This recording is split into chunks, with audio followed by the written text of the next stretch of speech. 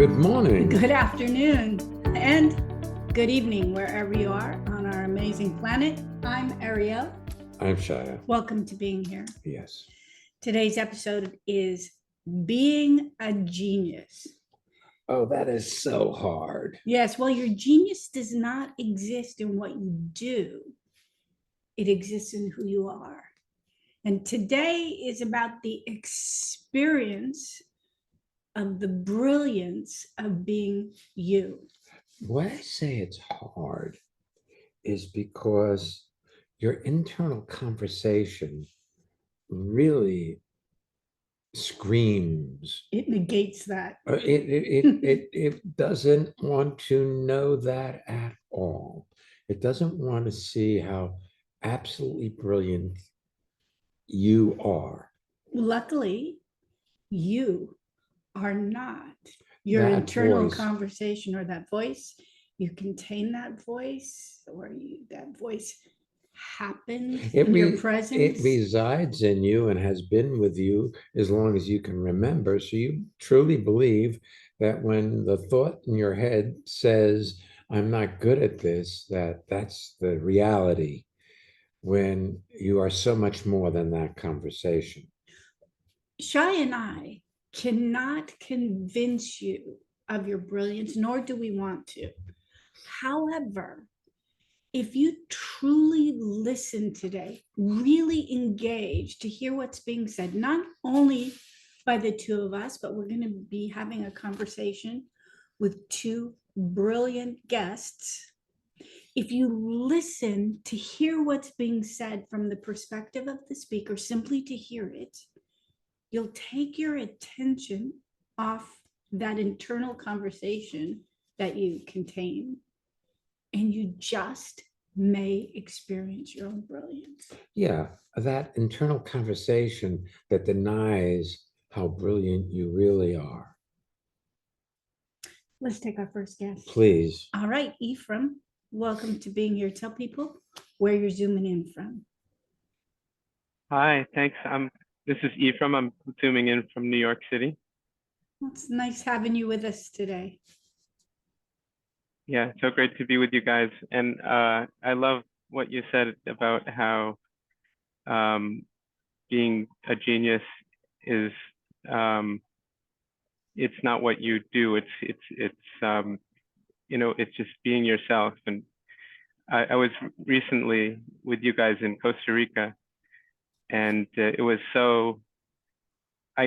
You could see that happen because everybody shows up in Costa Rica however they show up, but then you watch people become themselves, and you just you see their brilliance, you see their genius as they relax into themselves. So it's just really special.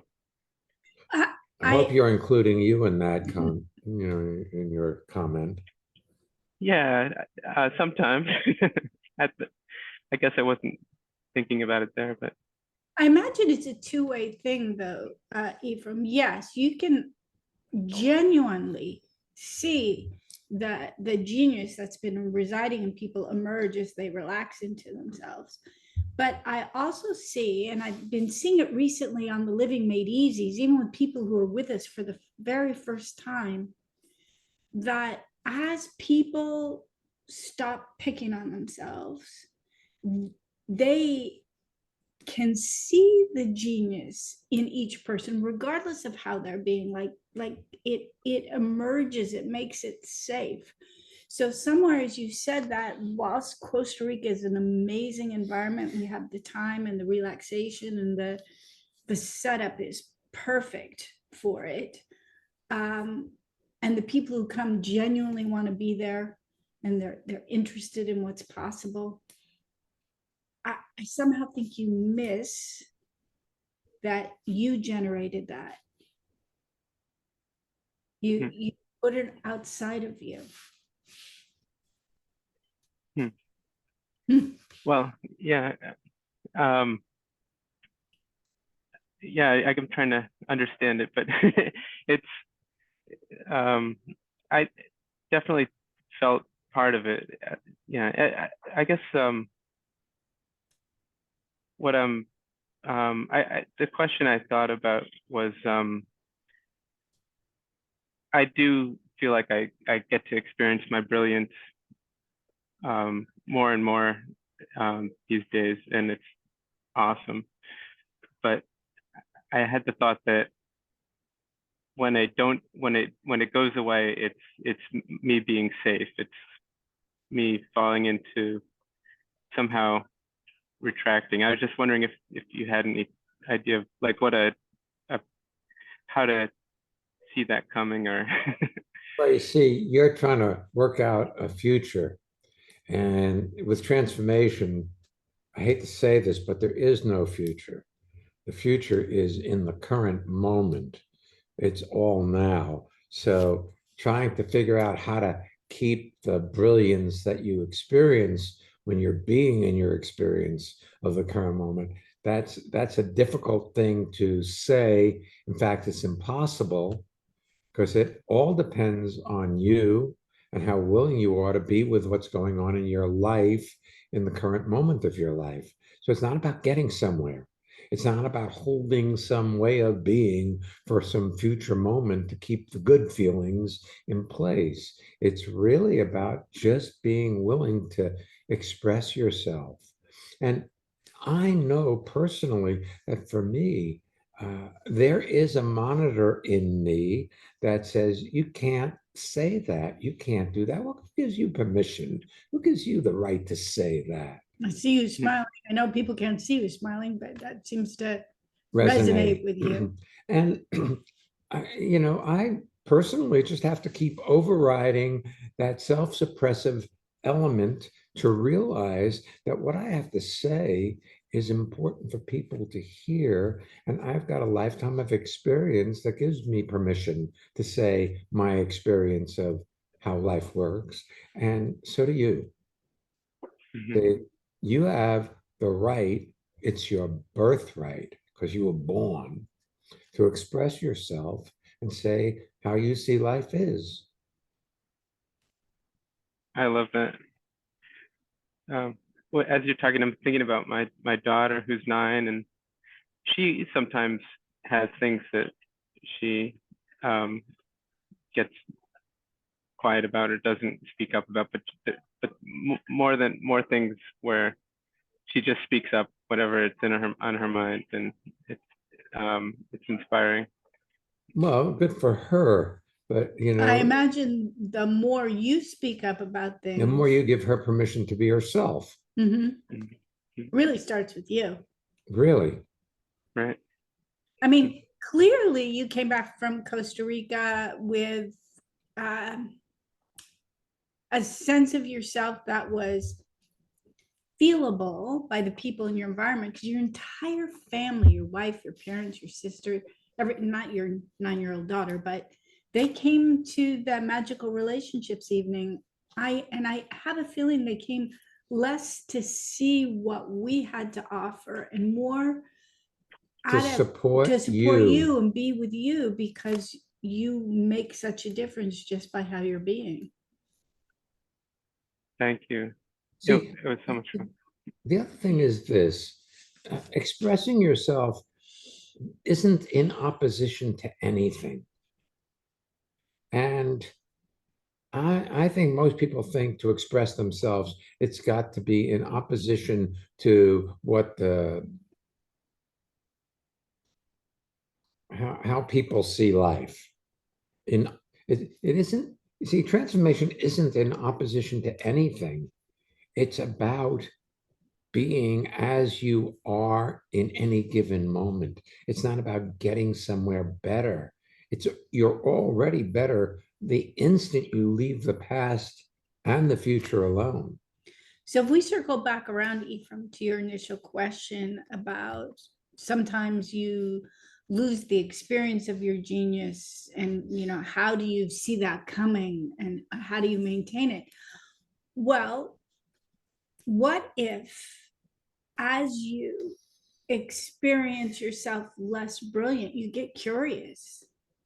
From time to time, my experience of life goes a little flat or a little serious, or I don't experience things that are so smooth. Like Shai and I do finish each other's sentences. The other night we were driving home and Shai said, I know it's bad. And I said, yeah, that's fine. I've been thinking that too. And what he was asking me was, Do we stop and get ice cream at the quick stop off the? and then he said, both flavors? And I said, yeah, that's what I want.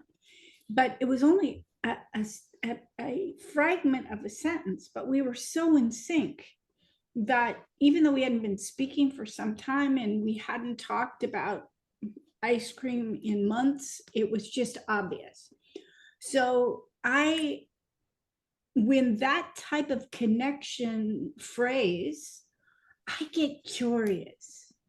As to what happened. Like, what happened? What am I preoccupied with? Well, I mean, I hate to give you tips because then you're likely to break things so you can use them. But I have discovered it's not so much about keeping on an even keel all the time as it is about being curious.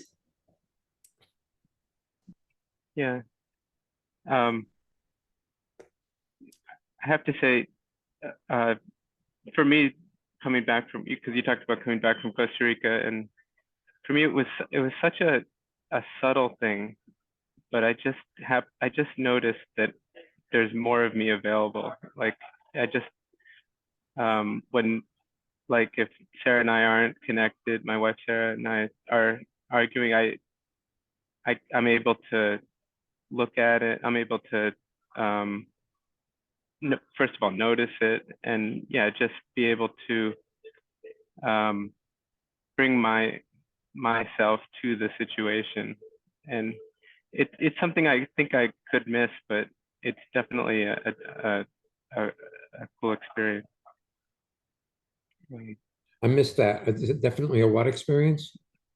Just a cool experience of Cool experience. Okay. yeah. Well, I do notice something though today, and I don't know if it has to do with where you are, because you're sitting someplace, maybe your office, someplace I haven't seen you before. Maybe there's circumstances happening in your life, but there's a hesitancy that's reemerged. There's a lot of ums in your Speech pattern. speech pattern, which generally happens with you, in my experience, when you're working on something in the background.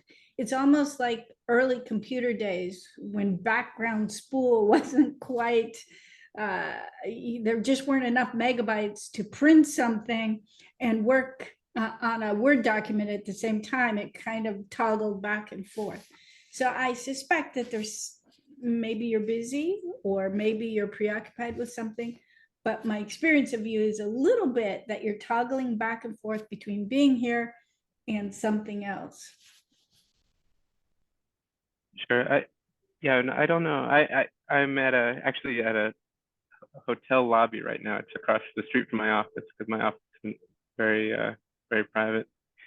So, but yeah, it was also yeah, a little frantic trying to get myself connected and everything. So it took me longer to get here than I expected. Well, now that you're here, you could take a breath and relax.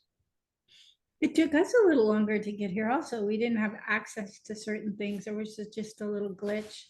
And, it's not earth shattering when that happens. It's just, you relax into it. Life is easy. You make yourself wrong for it. You get frantic. Thank you. What's cool is, speaking of cool experiences, Ephraim, the moment we pointed that out and you mentioned what you'd been working on, which was that it took you a while to get here, your speech pattern changed back to full-blown Ephraim. That's nice. Yes, it Yes, is it is nice. nice. It's that simple. It really, really is that simple. And you used the term "it's your birthright" earlier, and yeah, it's just I know that you're right, and it's just so heartwarming to hear. But I just want to let that sink in. Well, it is. And you are brilliant. And the only person who has a real problem with that is the voice that you listen to that has been calling itself by your name.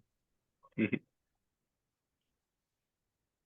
You know, and it's not just, I know we said at the very beginning that your genius does not exist in what you do, but at the same time, your genius does shine through the things that you do.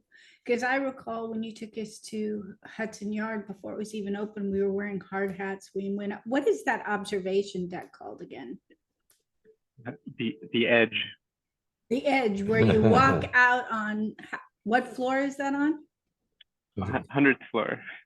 The 100th floor. You go out on the 100th floor and it's see-through, so you can see Glass. down, And so you step out on the edge. So Ephraim took me and walked me out on the edge of that glass, walked me onto that glass, but he stepped out there first because I didn't trust it.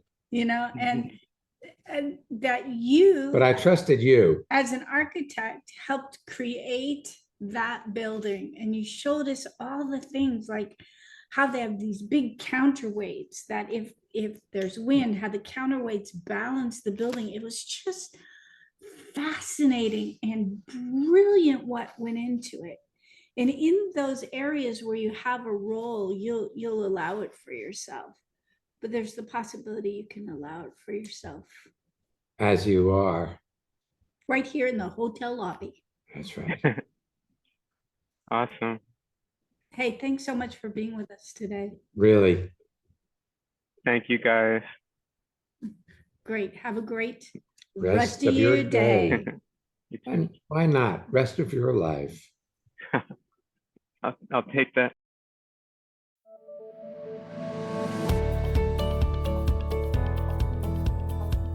Now it's your turn. Let's hear what one of you listeners has to say about being here in the transformation community. I'm Ariel. I'm Shya. And we appreciate the people in this community. They're amazing. And if you want to feel well about yourself, I encourage you to step in and meet some of these folks. They're supportive, they listen. And so do we. Do you want to have well-being with consistency? Connect with people all over the world from the comfort of your own home at Ariel and Shya's lively interactive Living Made Easy virtual seminars. Join any of their 2-hour online events or take a deep dive into the magic of being you at a virtual weekend seminar. Come on, let's connect. Find out more and register at transformationmadeeasy.com.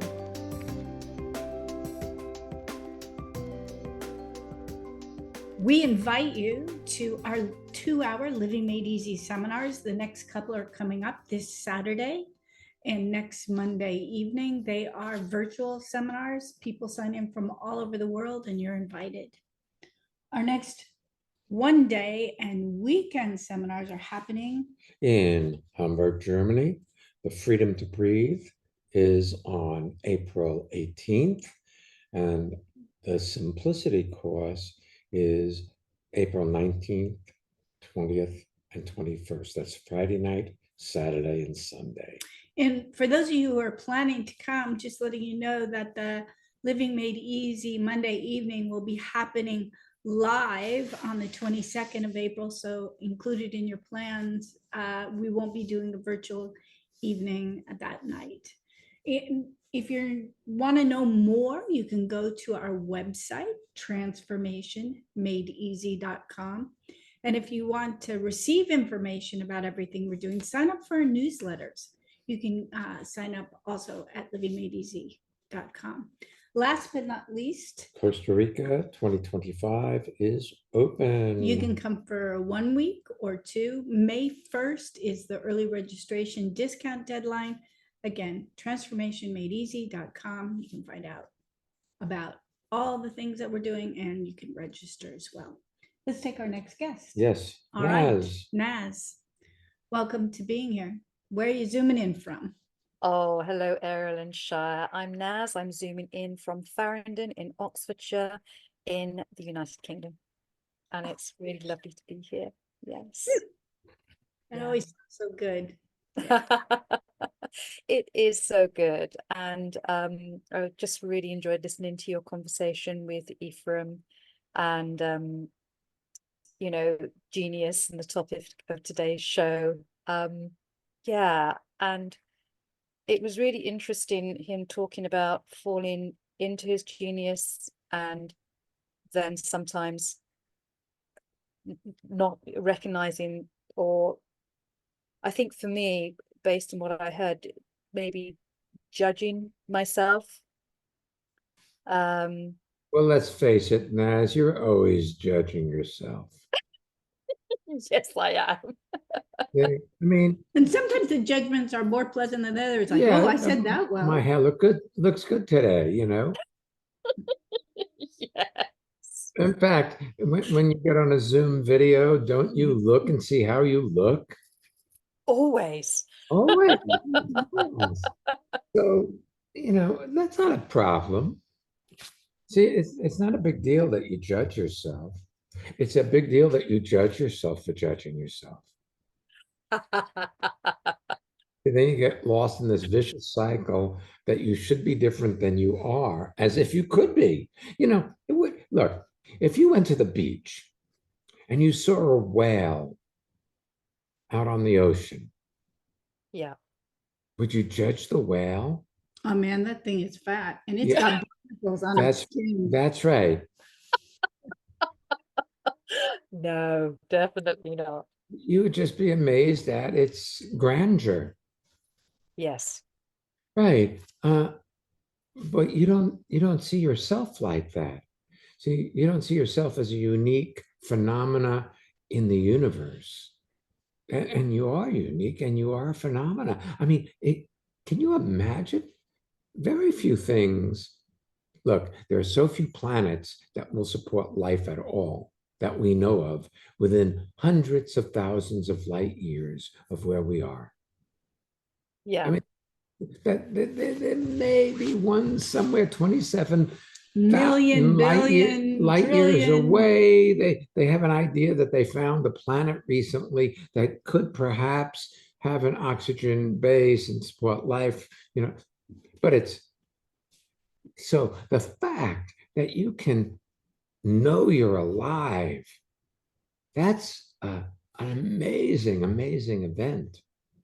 Most creatures don't have that kind of self-awareness. The problem with self-awareness is it also comes with the constraints of your programming, where you've been taught you're supposed to be a certain way. So you try to fit into that already ongoing society or culture, and you forget that you are a independent, strong woman. Oh, I love that actually. I love what you've just shared about feeling that I should be a certain way, and that Yes. gets in the way of my self-expression, and I can see that sometimes how I hold myself back or I edit. Or you take on a posture of knowing when you don't, because it's supposed to be that way. Totally, yes. Yeah, absolutely. Yeah. And one of the things I've discovered just by coming to your seminars is I'm relaxing more and more into being me. And it's it's very freeing. And I have a less, Let me stop you because you said something that's based in change. And oh, that's okay, that's the more and more thing. See, sure. you're not relaxing more and more into being you. You are relaxed into being you when you are, and you're not when you're not. Now, you may be having that experience with more consistency. I believe that to be true. But Yes. it isn't, oh, I've gotten somewhere. Isn't it funny how in our thought processes, it has to include time? our thought processes are all about change. Last week I was like this week I'm like that. It's like change. There's a whole other possibility. See, the moment is unique, but it's in constant flux. You know, moment is now, now. And each one of those in time nows that I mentioned just then, there's change happening in your body. There's metabolism going on. There are thought waves going back and forth, whatever they are, you know, like neurological synapses jumping all over the place. They're a very complex Yeah. entity, the human being that we are. Oh, yeah. And when you say I am a certain way, you ignore the incredible phenomena called your being alive. Hmm. You know, I was inspired by something you sent, either a text or a WhatsApp or email, some form of communication to a group of people you're a part of, that I'm a part of. I know that because I received it. And you were talking about how you'd come across a little video somebody had done about how something you had mentioned, something you'd said almost in passing, had changed the trajectory of this person's life. And it was something that you had said while teaching a course years ago, but he was talking about it now. And the details of that are less important than my point, which is that all of us have made massive impacts on people, but we don't register them. We forget it. We forget all of the moments of kindness or the brilliances, or like when you see, oh, I've always been bright. I just didn't see it back then. I was really touched by you getting that feedback that even before you got more and more yourself, to You use made to a use words, difference. that you made a difference, you made an impact. Because clearly that man was thanking you and talking about where his life is now, and it wouldn't have been without you. And I imagine in the past, period of time, you didn't even realize he existed. Yeah, that's so true. I was so moved and so touched because I don't really take anything. I say things in passing, and it's not, oh, well, everybody knows, will say this to you. It's nothing special. And I was just really surprised and moved when I came across it just randomly. Well, Shai and I were speaking with a high school principal today, who is one of our clients that we're leadership consultants for. And as we were just having a conversation, she suddenly flashed back on things she did naturally As a teacher, back when she was a new teacher, that she sees it hasn't occurred to her new teachers to do. And in that moment, she was owning and seeing the brilliance that's been with her all along, in a way that she can coach people to see what's natural to her, but may not have occurred to them. and what you don't know doesn't exist until you discover it. Otherwise, it just doesn't exist. Yeah. That's part of why it's so wonderful to have a wide community or series of communities of people around you that you can listen to and learn from and be yourself with, because You discover who you are in your interacting with others. Otherwise, you're a closed circuit, Your Yeah. mind thinks it knows everything. I know that thought. well, you also teach children and teenagers, so I'm sure they have that thought all the time. When I was a kid, I was young, maybe 6 or 7 years old. I had this thought: how does anybody invent anything when I already know everything that exists? And Yeah. I believe other people think they know everything too.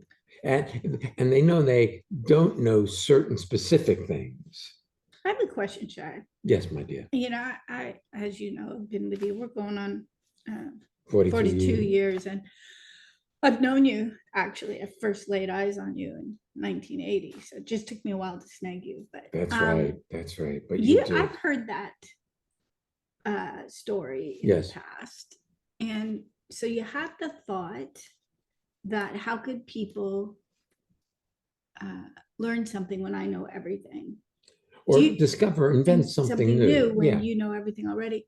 Do you think that was simply a naive conversation, or do you have a feeling that you might have been feeling insecure about something at that time? Well, I'm sure I was feeling insecure about something at that time, but it may just have been a naive conversation, you know. Maybe both, yeah. Yeah. Look, how can you feel secure when you live in a family that is insecure? And when you don't even know And, necessarily how to tie your shoelaces, or you don't know what is any different than that circumstance or situation you find yourself in. That is the way it is. It's got not to do with secure, insecure, except you feel. If I tell the truth, I am insecure. But how can you be secure in a world that is constantly changing and you don't know what's coming next? That there is an insecurity. And if you tell the truth that you're insecure, something phenomenal happens. You suddenly become secure in your insecurity. It isn't that you're hiding it anymore and pretending to be what you're not over top of this insecurity. And insecurity isn't bad, it's just that you're not secure. A tree is rooted to the ground. It's got security until a strong wind comes and blows it over. Now it's insecure. That's life. I love that. Just listening to you share that reminds me of a recent incident with some students of mine who I teach English and I also teach creative writing. And we usually have a workshopping, so they bring their work and everybody reads it and comments on it and, offers feedback. And it was really cool to hand them a piece of my writing that they could feedback and comment on. And, I also got to experience their vulnerability, but it was great for them to say, oh, miss, you've got a typo there, and really this should be there. And it was lovely to have that feedback, and it brought us closer as a class because I was willing to share my work and have them critique it. And it was very cool. So I found ways to really improve my story. They're great students. Awesome. So Mm. I guess, yes, excellent. I asked the question in part because I recalled as you were speaking with Naz early on, when she first came to courses, it was pre-COVID and everything we did was in person. Mm. And you were at that time, whilst you were curious and looking, you were a pretty closed system and you didn't know how to get out of that. So you generally stood up, presented something, presented the solution to what you perceived as your problem, and also wanted to make sure that we all knew you already had it handled.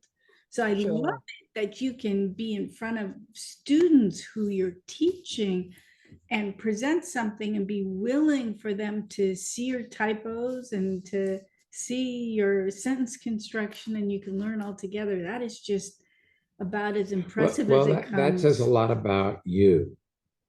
See, that you're getting more secure in your insecurity. Thank you. Yeah. Awesome. If you haven't subscribed to our newsletter, be sure to do that. If you have an interest, and you can do that at transformationmadeeasy.com. Next week's podcast, ready? Yes. Effortless, full engagement.